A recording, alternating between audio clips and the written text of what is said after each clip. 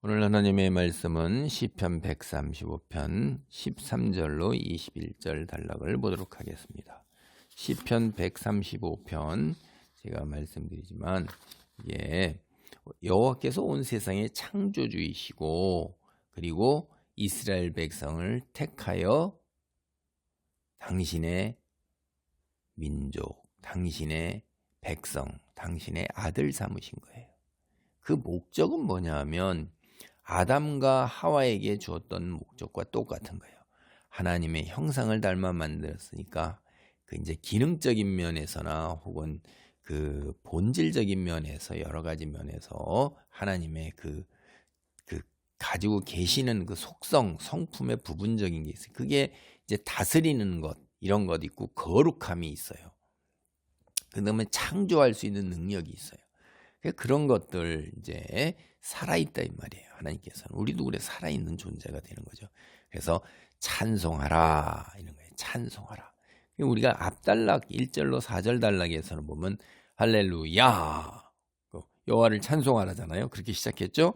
근데 오늘 마지막 단락이 이제 보면은 21절 마지막 단락이 할렐루야 이렇게 끝나요. 그러니까 처음과 끝을 찬송하라 여호와를 찬송하라 이렇게 하잖아요. 그리고 첫 단락에서 여호와 이름을 찬송 여호와의 종들아 찬송 여호와를 찬송 그의 이름을 찬양 이렇게 하고 찬양 찬송 찬송 찬송 할렐루 이렇게 계속 나오는데 여기 마지막 단락 19절로 21절도 보면 이스라엘의 족속아 여호와를 송축하라 아론의 족속아 여호와를 송축하라 레위 족속아 여호와를 송축하라 여호와를 경외하는 너희들아 여호와를 송축하라 예루살렘에 계시는 여호와는 시온에서 찬송을 받을지어다 할렐루야 이렇게 하고 송축 송축 송축 송축 찬송 할렐루 6번이나 나오는 거예요. 그러니까 이게 찬양 여호와를 찬양하라 하는 얘기가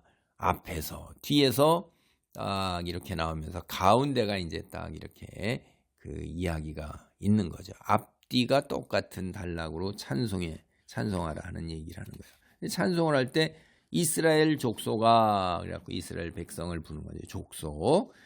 여기서는 이스라엘이 누구냐 하는 얘기인데 이 노래를 부를 때에는 하나님께서 출애굽하여 세우신 이스라엘 민족, 혈통적인 이스라엘 민족이죠. 물론 그 중에는 이제 하나님을 믿는 믿음으로 들어간 허다한 잡족과 이방인들이 들어 있었어요. 그러나 주로 혈통적인 거죠. 그러나 오늘날 이제 이스라엘이 망한 이후에 신약 시대에 와서는 영적으로 하나님을 믿는 백성, 이방 나라들이 다 하나님께 시온으로 나와 하나님을 믿고 찬양한단 말이에요. 그래서 그까지 이방 족속까지 다 포함하는 영적인 관점에서의 이스라엘입니다. 근데 여기 보면 아론, 그 다음에 제사장이죠. 그 다음에 레위, 제사장을 보호자하는 사람들이죠. 그 다음에 여호와를 경외해서 나온 백성들, 여호와를 경외하는 너희들 이렇게 갖고 이제 확장되는 것까지 얘기하는 거예요. 그래서 이스라엘 족속의 아론 족속, 레위 족속, 여호와를 경외하는 자, 이방인 개종자까지도 다 포함하기 때문에 이 시편도 종말론적인 비전, 중의적인 내용이 있는 거예요. 언젠가 이방인 성도들도 주를 마음껏 경배하는 때가 올 것이다 라는 것을 암시하고 있는 것입니다. 그래서 이제 이 가운데 들어있는 이야기 중에서 이스라엘의 그 역사를 살짝 얘기를 하고 여호와께서 주의 백성을 보살피는 분이라는 얘기를 13절로부터 14절에서 합니다. 여호와여 주의 이름이 영원하시니이다. 여호와여 주를 기념함이 대대에 이르리이다. 여호와께서 자기 백성을 판단하시며 그의 종들로 말미암아 위로를 받으시리로다. 여기 이제 이 문맥상 여기에 보면 그의 종들로 말미암아 위로를 받으시리로다는 위로를 베푸시리로다 이렇게 번역이 돼야 돼요. 그래서 그 영어 성경 NIV 혹은 뭐 NAS, ESV, NRS 이런 여러 영어 성경들 다 그렇게 번역합니다. 그러니까 have compassion on his servants 그의 종들에게 긍휼을 베푸신다 이렇게 번역을 한 거죠. 그다음에 우리도 마찬가지예요. 새번역, 아가페, 현대인 성경, 우리 개역 한글이나 우리말 성경은 이렇게 번역했어요. 요 개역 개정 이전에 나온 성경, 그 종들을 긍휼히 여기시리로다. 여호와께서 자기 백성을 판단하시고 여호와께서 그 종들을 긍휼히 여기시리로다. 여호와께서 위로를 받기 위해 오시는 게 아니잖아요. 여호와께서 어떻게 하셔요? 위로해 주시기 위해서 오는 거잖아요. 그래서 우리는 미래에 임할 하나님의 위로를 기대하며 사는 거죠. 그래서 표준 새번역도 당신의 종들을 위로하여 주신다. 이렇게 번역이 되고 있습니다.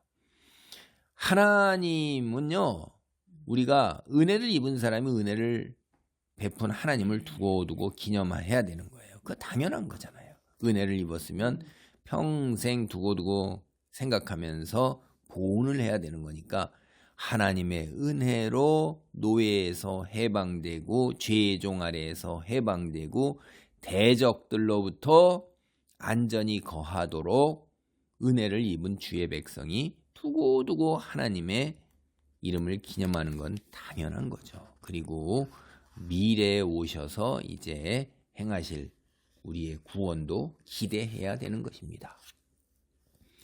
근데 이스라엘의 하나님이 주변 민족들, 가나안 이방들이 믿는 그 온 세상 사람들이 믿는 그런 우상과는 다른 분을 이야기를 하세요. 그래서 우리가 찬양을 드려야 되는 거예요.